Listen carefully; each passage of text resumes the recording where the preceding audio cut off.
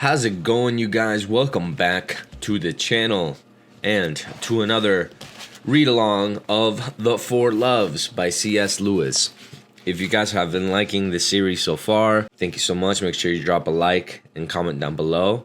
I've gotten a new friend here in the last couple days, and it's a new, I wouldn't say it's a new subscriber because I hadn't, I can see how many people subscribed. I can't see who subscribed, but it seems like a bot. It says, make $750 per day from home. And he has commented in the last two videos. First one is, what would you do if you weren't afraid? That was a quote from Spencer Johnson. And then another one from yesterday, he commented, people who succeed have momentum. The more they succeed, the more they want to succeed. The more they find a way to succeed.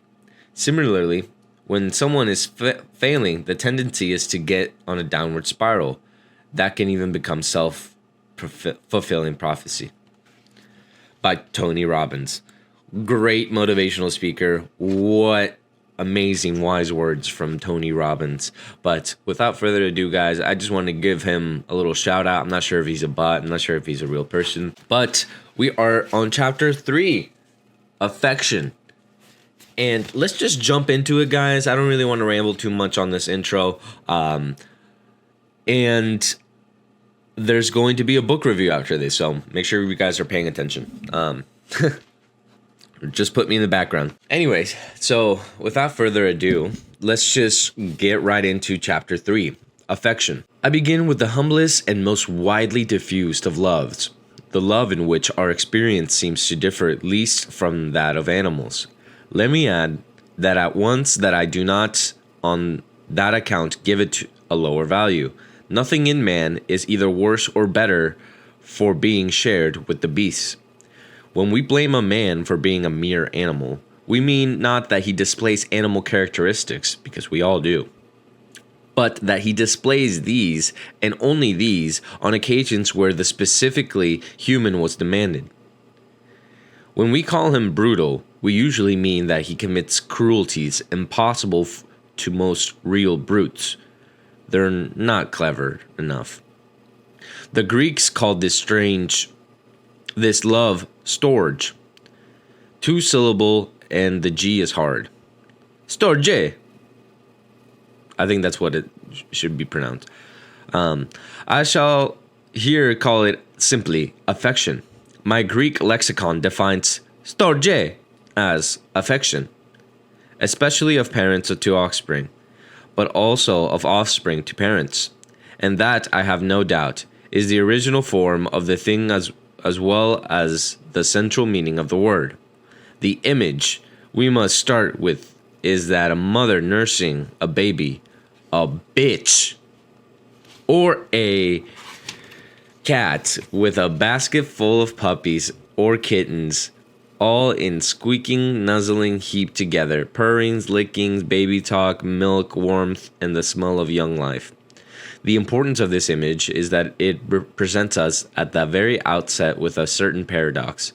The need and the need love of the young is obvious. So is the gift love of the mother. She gives birth, gives suck, gives protection. On the other hand, she must give birth or die. She must give suck or suffer. The way her affection too is a need love. There is a paradox. It is a need love, but what it needs is to give. It is a gift love, but it needs to be needed. We shall have to return to this point.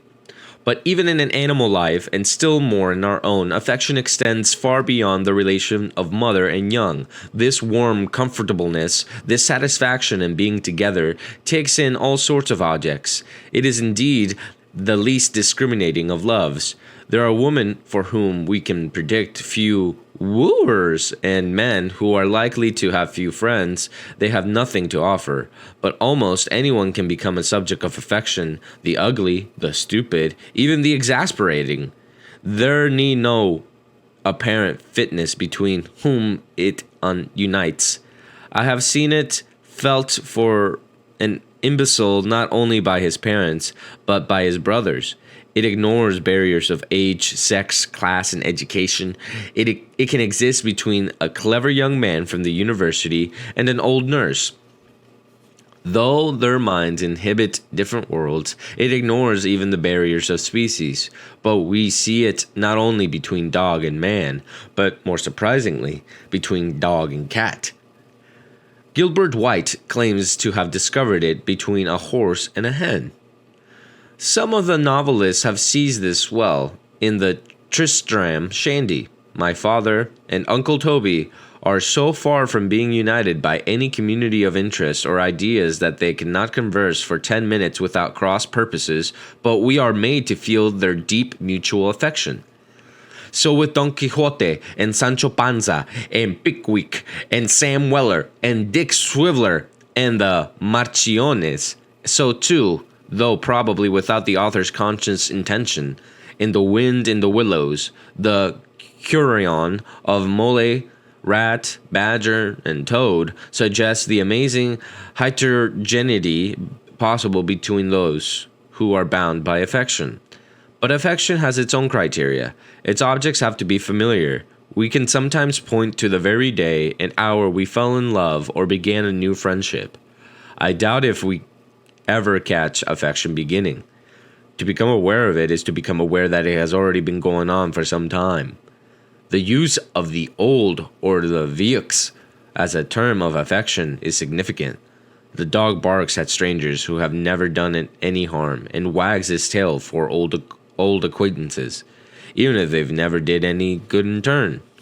The child will love a crusty old gardener who has hardly ever taken any notice of it and shrink from the visitor who is making every attempt to win its regard. But it must be an old gardener, one who has always been there. The short but seemingly immemorial always of childhood. Affection, as I have said, is the humblest of love. It gives itself no airs. People can be proud of being in love or of a friendship. Affection is modest, even furtive and shamefaced. Once, when I had remarked on the affection quite often found between cat and dog, my friend replied, "Yes, but I bet no dog would ever confess it to the other dogs." That is, at least, a good caricature of much human affection. Let homely faces stay at home, said Cummins. Now affection has a very homely face. So have many of those for whom we feel it. It is no proof of our refinement or perspectiveness what we love them, nor what they love us. What I have called appreciative love is no basic element in affection. It usually needs absence or bereavement to set us praising those to whom only affection binds us. We take them for granted, and this taking for granted, which is an outrage in erotic love, is here right and proper up to the point. It fits the comfortable, quiet nature of feeling. Affection would not be affection if it was loudly and frequently expressed. To produce it in public is like getting your household furniture out for a move. It did very well in its place, but it looks shabby or towardly or grotesque in the sunshine. Affection almost slinks or seeps through our lives. It lives with humble, undressed private things. Soft slippers, old clothes, old jokes, the thump of a sleepy dog's tail on the kitchen floor, the sound of a sewing machine, a gollywog left on the lawn. But I must at once correct myself. I am talking of affection as if when it exists apart from others' love, it often does so exist, often not, as gin is not the only drink of it in itself, but also a base for many drinks. So affection, besides being a love itself, can enter into the other's loves and color them all through, and become the very medium in which from day to day they operate. They would not perhaps wear very well without it. To make a friend is not the same as to become affectionate. But when your friend has become an old friend, all those things about him which had originally nothing to do with the friendship become familiar and dear with familiarity. As for erotic love, I can imagine nothing more disagreeable than to experience it for more than a very short time without this homespun clothing of affection. That would be a most uneasy condition, either too angelic or too animal, or by turn never quite great enough or little enough for man.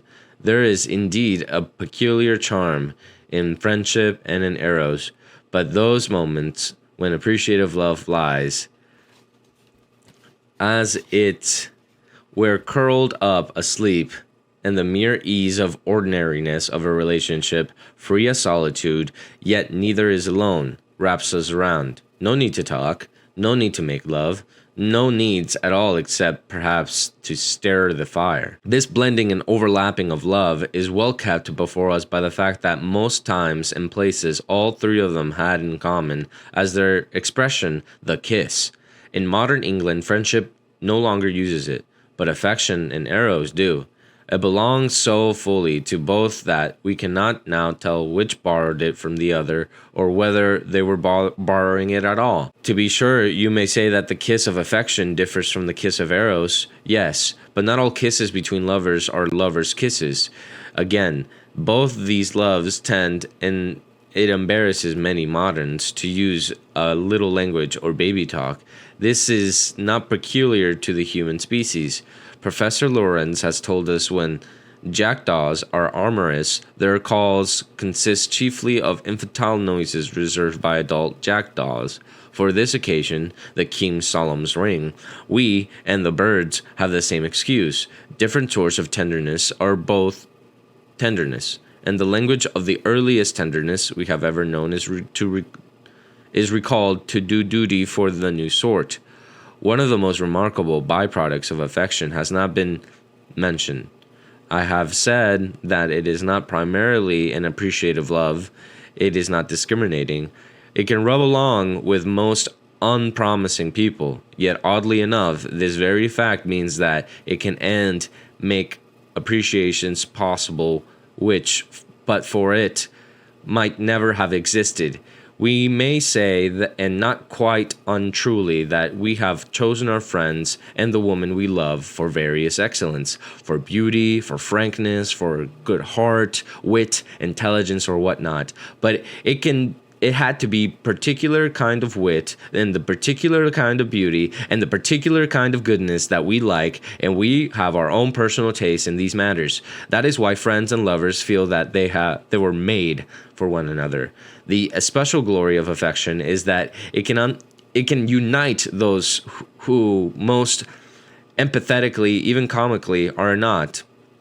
People who, if they had not found themselves put down by fate in the same household or community, would have had nothing to do with each other. If affection grows out of this, of course it often does not, their eyes begin to open, growing fond of an old so-and-so. At first simply because he happens to be there, I presently begin to see that there is something in him. After all, the moment when one first says, really meaning it, that though he is not my sort of man, he is a very good man in his own way, is one of liberation. It does not feel like we may feel only tolerant and indulgent, but really have crossed a frontier that in his own way means that we are getting beyond our own idiosyncrasies, that we are learning to appreciate goodness or intelligence in themselves, not merely goodness or intelligence flavored and served to suit our own palate. I just want to take a moment. I for real just want to take a moment and just reflect on what we've been reading, because I think this is where he really starts picking up, man. He fucking really starts ramping it up, man. I'm starting to get behind with everything that he's saying. And as many of you know, maybe go check out read along number 0 when we're doing the introduction. I was having such a hard time following along. I mean, this dude spoke in a way that I don't think very many people speak nowadays. And, it just gets me to show that I need to be reading more books.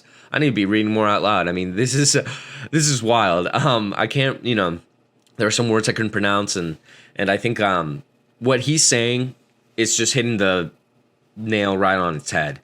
Affection can mean a lot of things, and it can even blend into animals and dogs and cats, horses and hens. Affection can often be can often come from being in the same community, being in the same family, being in the same place. It's hard to imagine a world with him, but over time you start appreciating their beauty and their intelligence. Oh my god, I don't know. I don't know about you guys. I'm starting to really like click in, and this chapter is probably one of my favorites. I think I'm gonna try and do it all in one episode, so this may be a woozy. Just stay buckled in, and we're gonna keep on reading the rest of it. Let's see how many pages there is on affection, just real quick, because I can see that our next chapter is friendship, which I'm very interested to see where he's gonna take this in. So we have about 15 more pages in. I'm gonna take a little sip of water, and we're going to be jumping right into it. What this is awesome is that this is technically the first kind of love. Affection, and he brings up arrows. He brings up friendship and affection. I think he's starting to really lay out and plant the seeds for what he's going to be talking about. Let's just get into it. Dogs and cats should always be brought up together, said someone. It broadens their minds. So affection broadens ours. Of all natural loves, it is the most Catholic, the least finical, the broadest. The people with whom you are thrown together in the family, the college, the mess, the ship, the religious house, are from this point of view a wider circle than the friends.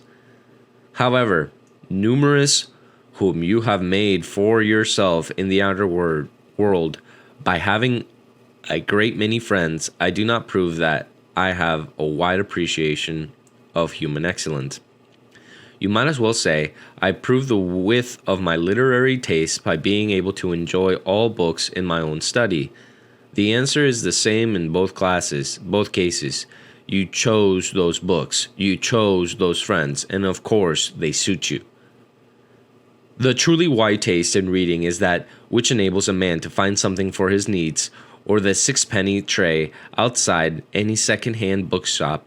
The truly wide taste in humanity will similarly find something to appreciate in the cross-section of humanity whom one has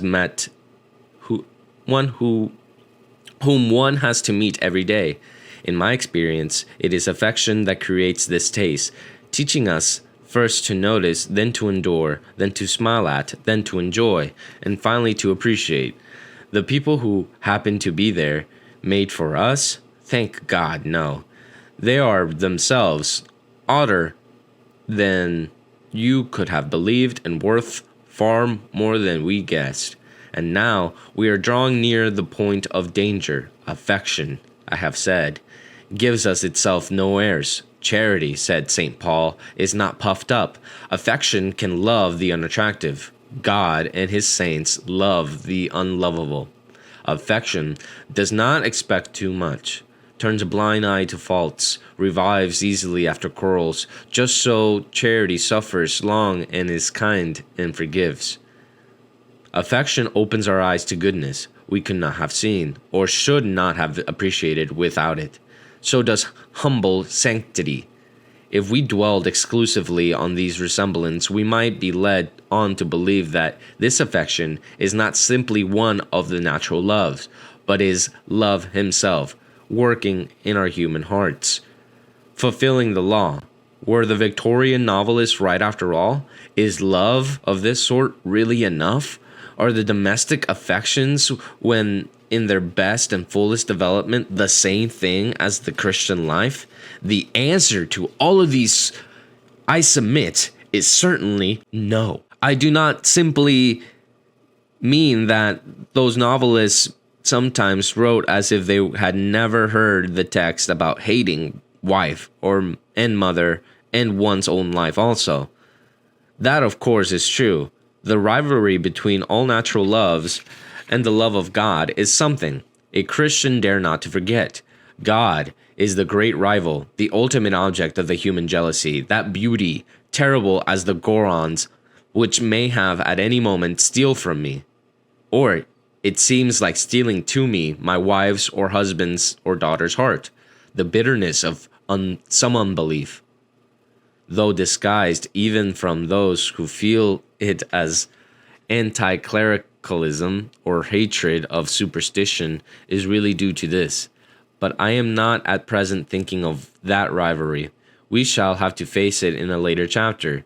For the moment, our business is more down to earth. How many of these happy homes really exist? Or still, are all the unhappy homes once unhappy because affection is absent? I believe not.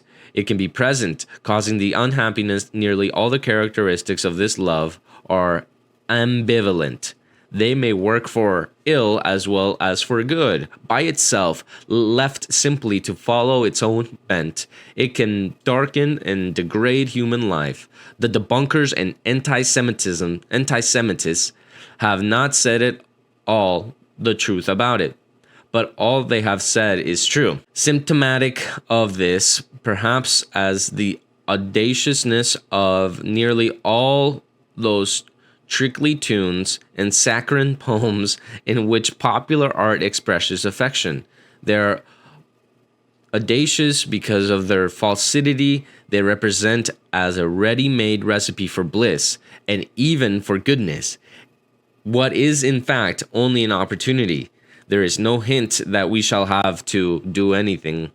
Only let our affection pour over us like a warm shower bath, and all it is implied will be well. Affection, we have seen, includes both need love and gift love. I begin with the need, our craving for affection of others.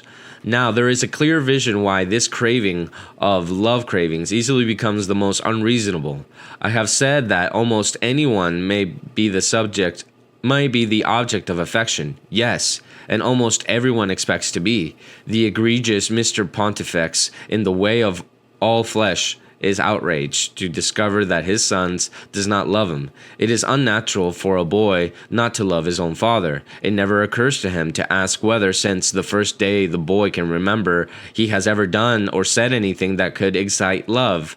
Similarly, at the beginning of the King Lear, the hero is known as a very unlovable old man, devoured with a ravenous appetite for affection. I am driven to literary examples because you, the reader, I do not live in the same neighborhood. If we did, there would be unfortunately no difficulty about replacing them with examples of real life. The thing happens every day. We can see why. We all know that we must do something, if not to merit, at least to attract erotic love or friendship. But affection is often assumed to be provided ready-made by nature, built in, or laid on, or on the house. We have the right to expect it. If others do not give it, they are unnatural. This assumption is, without a doubt, the distortion of a truth. Much has been built in because we are mammals. Instinct will provide at least some degree, often a high one, of maternal love. Because we are social species, familiar association provides a milieu in which, if all goes well, affection will arise and grow strong without demanding any very shining qualities in its objects. If it is given to us, it will not necessarily be given us on our merits. We get it with very little trouble. From a dim perception of truth, many are loved with affection far beyond their deserts. Mr. Pontifex draws the ludicrous conclusion, therefore, I, without desert, have a right to it. It is as if, on a far higher plane, we argued that because no man by merit has a right to the grace of God, I, having no merit, am entitled to it. There is no question or rights in either case. What we have is not a right to expect, but a reasonable expectation of being loved by our intimates. If we and they are more or less ordinary people, But we may not be. We may be intolerable. If we are, nature will work against us. For this very same conditions of intimacy which make affection possible also, and no less natural, make possible a peculiar, incurable distaste, a hatred as immemorial, constant, unapathetic, almost at times unconscious, as the corresponding form of love. Siegfried, in the opera, could not remember a time before every shuffle, mutter, and fidget of his dwarfish foster father had become audacious. We never catch this kind of hatred any more than affection. At the moment of its beginning, it was always there before. Notice that old is a term of wearied loathing as well as of endearment. At his old tricks, in his old way, the same old thing. It would be absurd to say that Lear is lacking in affection. In so far as affection is need love, he is half crazy with it. Unless, in his own way, he loved his daughters, he would not so desperately desire their love. The most unlovable parent or child may be full of such ravenous love, but it works to their own misery and everyone else's. The situation becomes suffocating. If people are already unlovable, a continual demand on their part as of right to be loved, their manifest sense of injury, their reproaches, whether loud or clamorous or merely implicit in every look and gesture of resentful self-pity, produce in us a sense of guilt. They intended to do so, for a fault we could not have avoided, and cannot cease to commit. They seal up the fountain for which they are thirsty. If ever, at some favored moment, any germ of affection for them stirs in us, their demand for more, still more petrifies us again. And of course, such people always desire the same proof of love. We are to join their side, to hear and share their grievance against someone else. If my boy really loved me, he would see how selfish his father is. If my brother really loved me, he would make a party with me against my sister.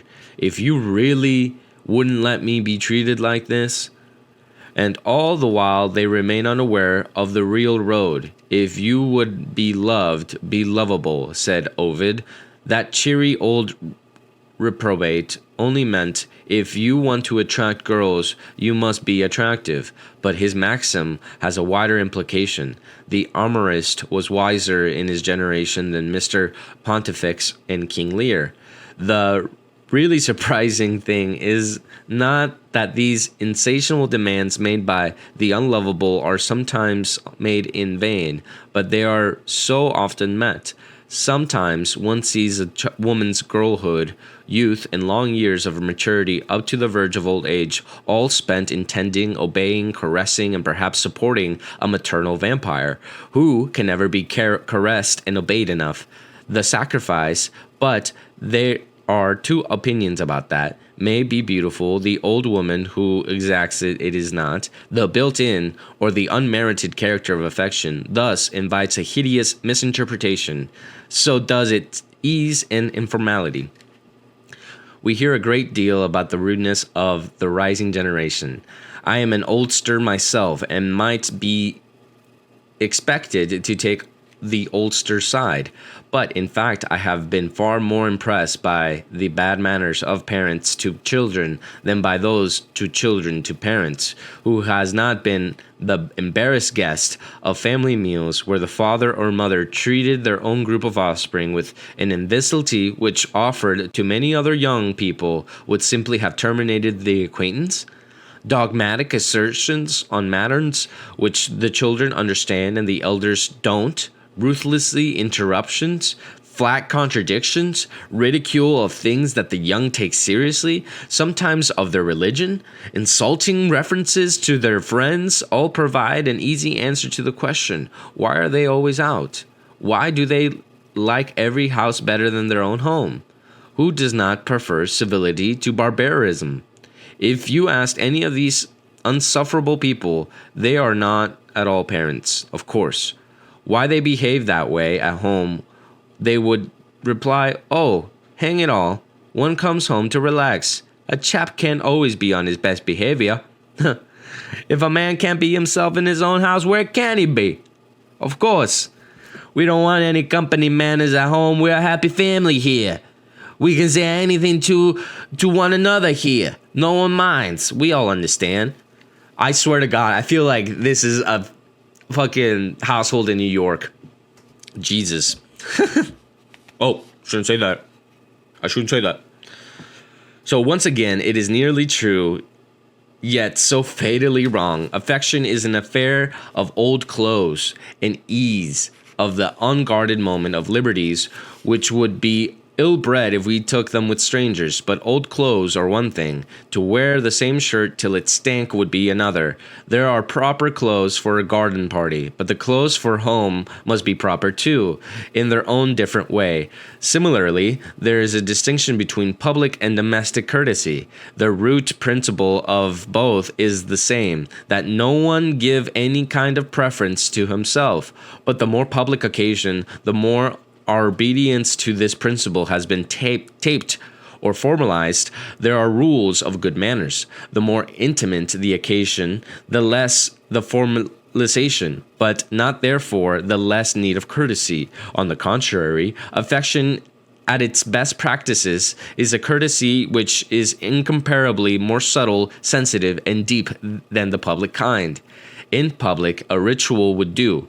At home, you must have the reality which the ritual is represented, or else the deafening triumphs of the greatest egoists present. You must really give no kind of preference to yourself. At a party, it is enough to conceal the preference. Hence the old proverb, "Come live with me, and you'll know me."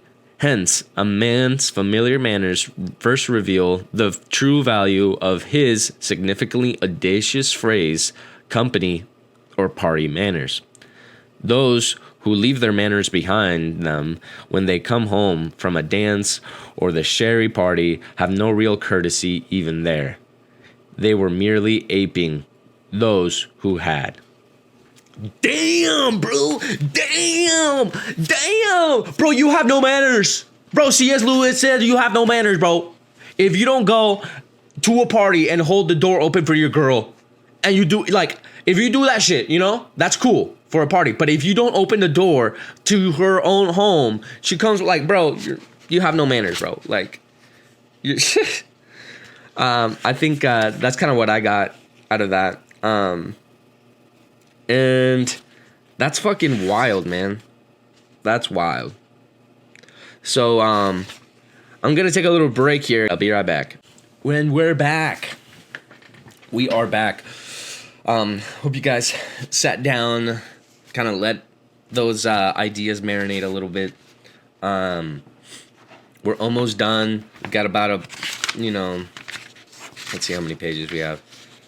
Shit, we still have about 10 more pages. And dude, we're on a roll. I mean, honestly, we're on a freaking roll. Let's I think we can finish this chapter and just make this one episode. We can say anything to one another.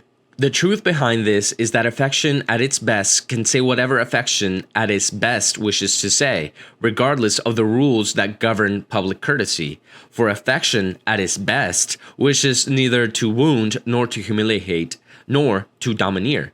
You may address the wife of your bosom as a pig, but when she inadvertently drunk your cocktail as well as her own, you may roar down the story which your father is telling once too often. You may tease and hoax and banter. You can say, "Shut up, I want you to read."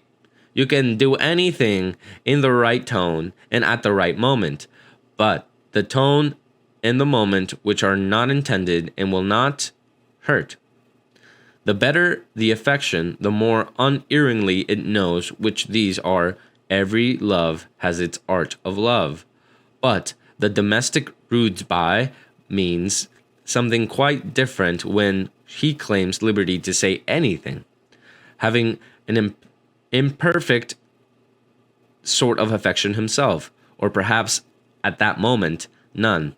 He arrogates to himself the beautiful liberties which only the fullest affection has a right to know how to manage.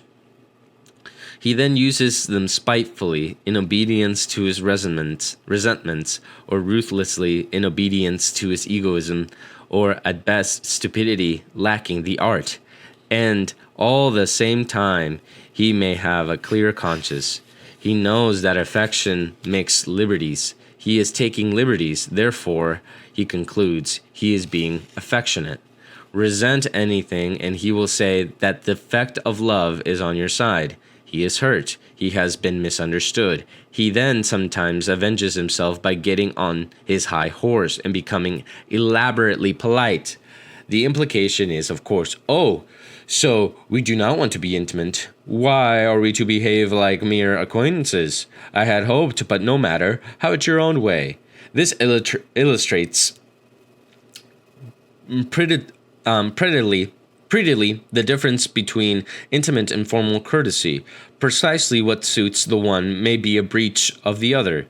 To be free and easy when you are presented to some imminent stranger is bad manners. To practice formal and ceremonial courtesies at home is and always intended to be bad manners. There is a delicious illustration of a really good domestic manners in Tristram Shandy. At a singularly unsuitable moment, Uncle Toby has been holding forth on his favorite theme of fortification. My father, driven far once beyond endurance, violently interrupts. Then he sees his brother's face, the utterly unretaliating face of Toby's, was deeply wounded, not by the slight to himself, he would never think of that, but by the slight to the noble art. My father at once repents. There is an apology, a total reconciliation. Uncle Toby, to show how complete is his forgiveness, to show that he is not on his dignity, resumes the lecture on fortification. But we have not yet touched on jealousy. I suppose no one now believes that jealousy is especially connected with erotic love. If anyone does the behavior of children, employees, and domestic animals, ought soon to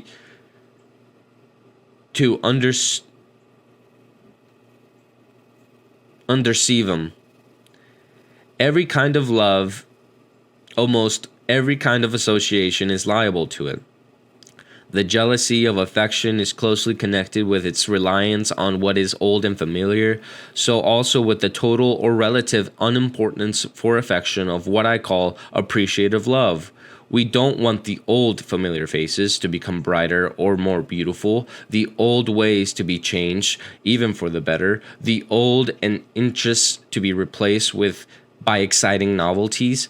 Change is a threat to affection. A brother and sister, or two brothers for sex, here is not at work, grow to a certain age, sharing everything.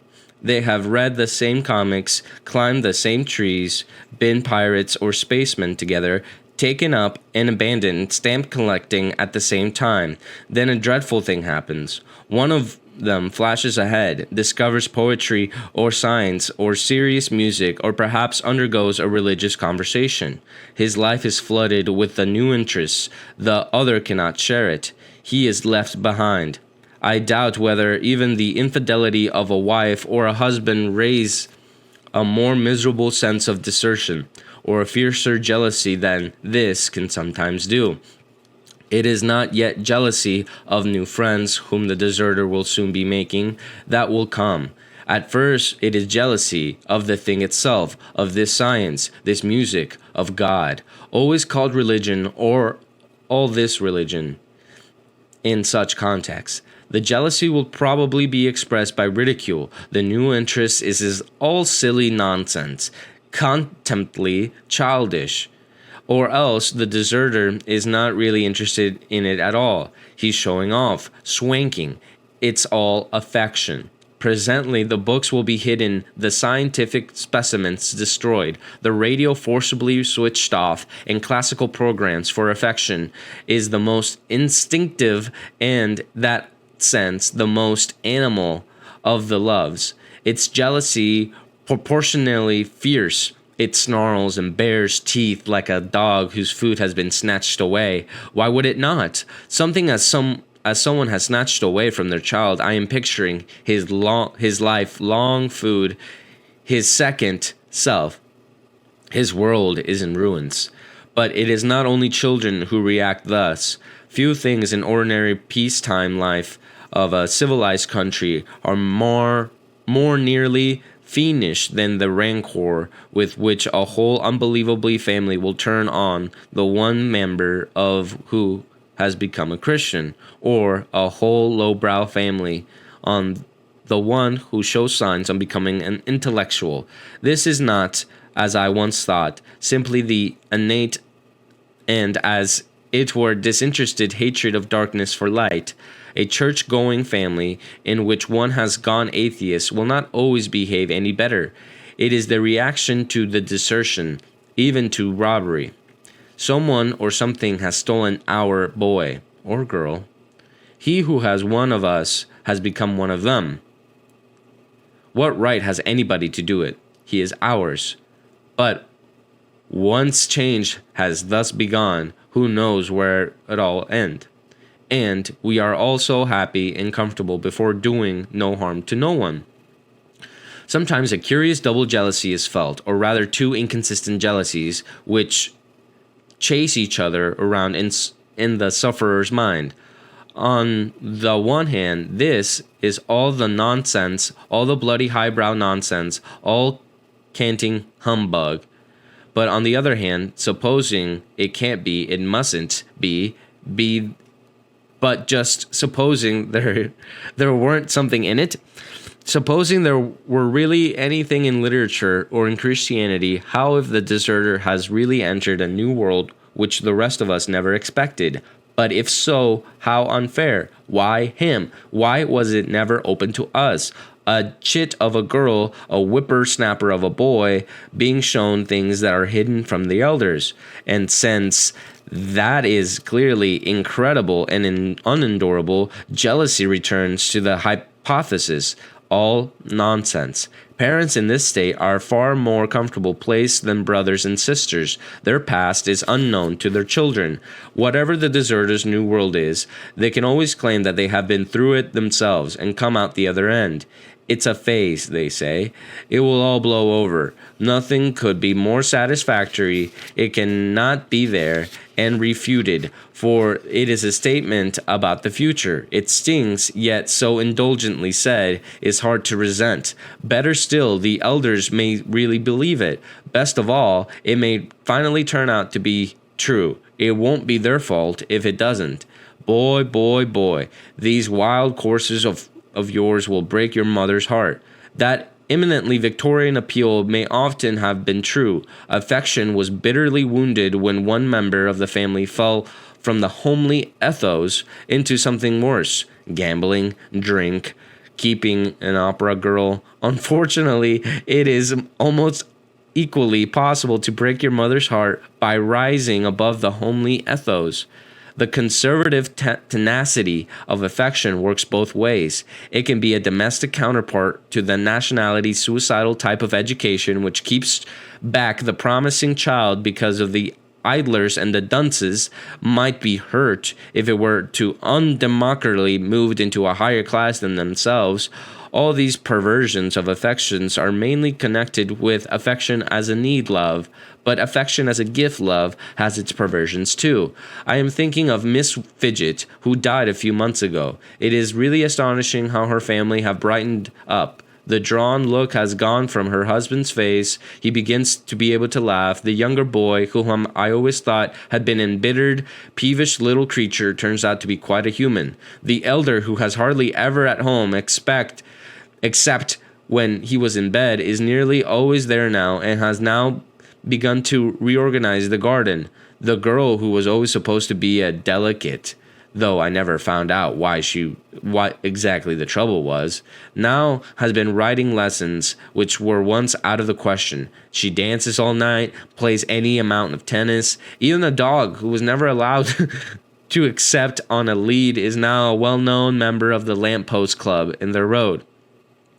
Mrs. Fidget very often said that she lived for her family, and it was not untrue. Everyone in her neighborhood knew it. She lives for her family, they said. What a wife and mother. She did all the washing, true. She did it badly, and they could have afforded it to send it out to a laundry, but they frequently begged her not to do it, but she did it anyways.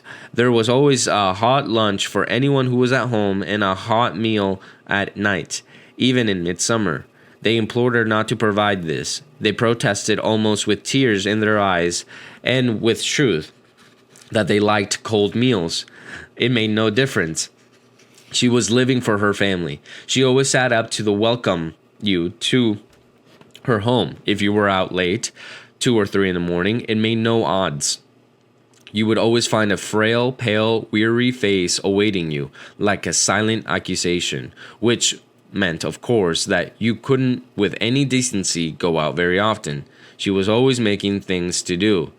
Being in her own estimation, I'm no judge myself, an excellent amateur dressmaker and a great knitter, and of course, unless you were a heartless brute, you had to wear the things. The Victor tells me that since her death, the contributions of that family alone to sales of work outweigh those of all his other parishioners put together, and then her care for their health. She bore the whole burden of that daughter's delicacy alone. The doctor and old friend, and it had not been done on national health, was never allowed to discuss matters with his patient. After the briefest examination of her, he was taken into another room by the mother. The girl was to have no worries, no responsibility for her own health, only loving caresses, special food, horrible tonic wines, and breakfast in bed. For Mrs. Fidget, as she so often said, would work her fingers to the bone for her family. They couldn't stop her, nor could they, being decent people, quite sit still and watch her do it. They had to help. Indeed, they were always having to help. That is, they did the things for her to help her to do the things then which they didn't want to get done. As for the dear dog, it was to her, she said, just like one of her children. It was, in fact, just like one of them as she could make it. But since it had no scruples, it got on rather better than they. And though vetted, dieted, and guarded within an inch of life, contrived sometimes to reach the dustbin or the dog next door. The Victor says that Mrs. Fidget is now at rest. Let us hope that she is. What's quite certain is that her family are. It is easy to see how liability to this state is, so to speak, congenial in the maternal instinct. This, as we saw, is a gift love, but one that needs to give, therefore needs to be needed. But the proper aim of giving is to put the recipient in a state where he is no longer needs our gift. We feed our children in order that they may soon be able to feed themselves. We teach them in order that they may soon not need our teaching. Thus, a heavy task is laid upon this gift love. It must work towards its own abdication. We must aim at making ourselves superfluous. The hour when we can say they need me no longer, should be our reward. But the instinct simply, it's in our own nature, has no power to fulfill this law. The instinct desires good of its people, but not the only good it can give to himself. A much higher love, a love which desires the good of the object, such as from whatever source good comes from, must step in and help or tame the instinct before it can make the abdication. And of course it does. But where does it not? The ravenous need to be needed will gratify itself either by keeping its objects needy or by inventing for them imaginary needs. It will do this all the more ruthlessly because it thinks, in one sense truly, that it is a gift love, and therefore regards itself as unselfish. It is not only mothers who can do this. All those other affections which, whether by derivation from parental instinct or by similarly a function, need to be needed by, may fall into the same pit. The affection of patron and for protege is one. In Jane Austen's novel, Emma intends that Harriet Smith should have a happy life, but only on the sort of happy life which Emma herself has planned for her. My own profession, that of a university teacher, is in this way dangerous. If we are any good, we must always be working towards the moment at which our pupils are fit to become our critics and rivals. We should be delighted when it arrives, as the fence master is delighted when his pupil can pink and disarm him. And many are, but not all. I am old enough to remember that the sad case of Dr. Quartz. No university boasted a more effective or devoted teacher. He spent the whole of himself on his pupils. He made the indelible impression on nearly all of them. He was an object of much well-merited hero worship. Naturally and delightfully, they continued to visit him after the tutorial relationship had ended, went round to his house of an evening and had famous discussions. But the curious thing is that this never lasted. Sooner or later, it might be within a few months or even a few weeks, came the fatal evening that they knocked on his door, and they were told that the doctor was engaged. After that, he would always be engaged. They were banished from him forever. This was because in their last meeting they had rebelled. They had asserted their independence, differed from the master, and supported their own view, perhaps not without success. Faced with the very independence which he had labored to produce, which it was his duty to produce if he could, Dr. Quartz could not bear it. Wanton had toiled to create the free Siegfried. Presented with the free Siegfried, he was enraged. Dr. Quartz was an unhappy man. This terrible need to be needed often finds its outlet in pampering an animal.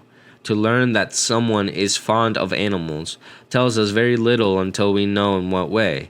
For there are two ways. On one hand, the higher domesticated animal is, so to speak, the bridge between us and the rest of nature. We all at times feel fully our human isolation from the subhuman world, the atrophy of instincts which our intelligence entails, our excessive self-consciousness, the innumerable complexities of our situation, our inability to live in the present, if only we live to shuffle it all off. We must not, and incidentally, we can't become beasts. We can be with a beast. It is personal enough to give the world with a real meaning, yet it remains very largely an unconscious little bundle of biological impulses. It has 3 legs in nature's world and 1 in ours. It is a link, an ambassador, who would not wish, as a Bosanquet put it, to have represented at the court of pawn. Man, with dog closes a gap in the universe, but of course animals are often used in a worse fashion. If you need to be needed, and if your family very properly declined to need you, a pet is a very obvious substitute. You can keep it at all its life in need of you. You can keep it permanently infantile, reduce it to permanent individualism, cut it off from all genuine animal well-being, and compensate for this by creating needs for countless little indulgences which only you can grant. The unfortunate creature thus becomes very useful to the rest of the household. It acts as a sump or a drain. You are too busy spoiling a dog's life to spoil theirs. Dogs are better for this purpose than cats. A monkey, I am told, is best of all. Also, it is more like the real thing. To be sure, it's all very bad luck for the animal, but probably it cannot fully realize the wrong you have done it. Better still, you would never know if it did. The most downtrodden human driven too far may one day turn and blurt out a terrible truth. Animals can't speak. Those who say the more I see of men, the better I like dogs, those who find animals a relief from the demands of the human companionship will be well advised to examine their real reasons. I hope I am not being misunderstood. If this chapter leads anyone to doubt that the lack of natural affection is an extreme depravity, I shall have failed, nor do I question for a moment that affection is responsible for 9/10 9/10 of whatever solid and durable happiness there is in our natural lives. I shall therefore have some sympathy with those whom comment on the last few pages to the form of course, these things do happen. Selfish or neurotic people can twist anything, even love, into something misery or exploitation. But why stress these marginal cases? A little common sense, a little give and take prevents their occurrence among decent people. But I think this comment in itself needs some commentary. Firstly, as a neurotic, I do not think we shall see things more clearly by classifying all these maleficial states of affection as pathological. No doubt there are really pathological conditions which make the temptation to these states abnormally hard or even impossible to resist for the particular people. Send those people to the doctors by all means, but I believe that everyone who is honest with himself will admit that he has felt temptations. Their occurrence is not a disease, or if it is, the name of that disease is being a fallen man.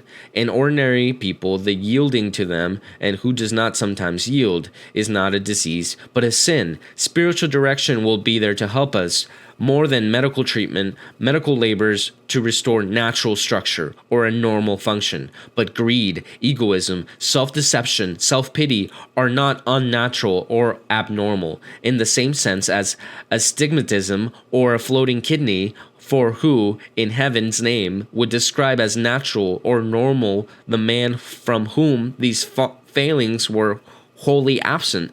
Natural, if you like, in a quite different sense, arch-natural, unfallen. We have seen only one such man, and he was not at all like the psychologist pictures of the integrated, balanced, adjusted, happily married, employed, popular citizen. You can't really be very well adjusted to your world if it says you have a devil, and ends by nailing you up and naked to a stake of wood. But secondly, the comment in its own language admits the very thing I am trying to say. Affection produces happiness if and only if there is a common sense and give and take of decency. In other words, only if something more or and other than affection is added. The mere feeling is not enough. You need common sense. It is reason. You need give and take. That is, you need justice. Continually stimulating mere affection when it fades, and restraining it when it forgets or would defy the art of love. You need decency. There is no disguising the fact that this means goodness, patience, self-denial, humility, and the continual intervention of a higher sort of love than affection, even in itself, can ever be. That is the whole point. We try to live by affection alone. Affection will go bad on us. How bad, I believe, we seldom recognize. Can Mrs. Fidget really have been quite unaware of the countless frustrations and mysteries she inflicted on her family? It passes belief. She knew. Of course she knew. That it spoiled your whole evening to know that when you came home, you would find her uselessly, accusingly sitting up for you. She continued all these practices because if she had dropped them, she would not have been faced with the fact that she was not determined to see, would not have known that she was not necessary, that this is the first motive. Then, too, the very laboriousness of her life silenced her secrets, doubts as to the quality of her love. The more her feet burned and her back ached, the better for this pain whispered in her ear, how much I must love him if I do all this. That is the second motive, but I think there is a lower depth. The unappreciativeness of others, those terrible wounding words, anything will wound, and Mrs. Fidget, in which they begged her to send the washing out, enabled her to feel ill-used, therefore to have a continual grievance, to enjoy the pleasures of resentment. If anyone says he does not know those pleasures, he is a liar or a saint. It is true that they are pleasures only to those who hate. But then, a love like Mrs. Fidget's contained a good deal of hatred. It was a deal of erotic love that the Roman poet, I love and I hate. But other kinds of love admit the same mixture. They carry in them the seeds of hatred. If affection is made the absolute sovereign of a human life, the seeds will germinate. love, having become a god, becomes a demon. Boom. And that was chapter 3 of the 4 loves. We talked about affection. It was a good chapter, probably one of the best ones that we've read so far. Looking ahead, chapter number 4 is friendship. And it looks like we're about a quarter of a way done for the book. So hope you guys liked tagging along, and I'll catch you guys next time. Thank you.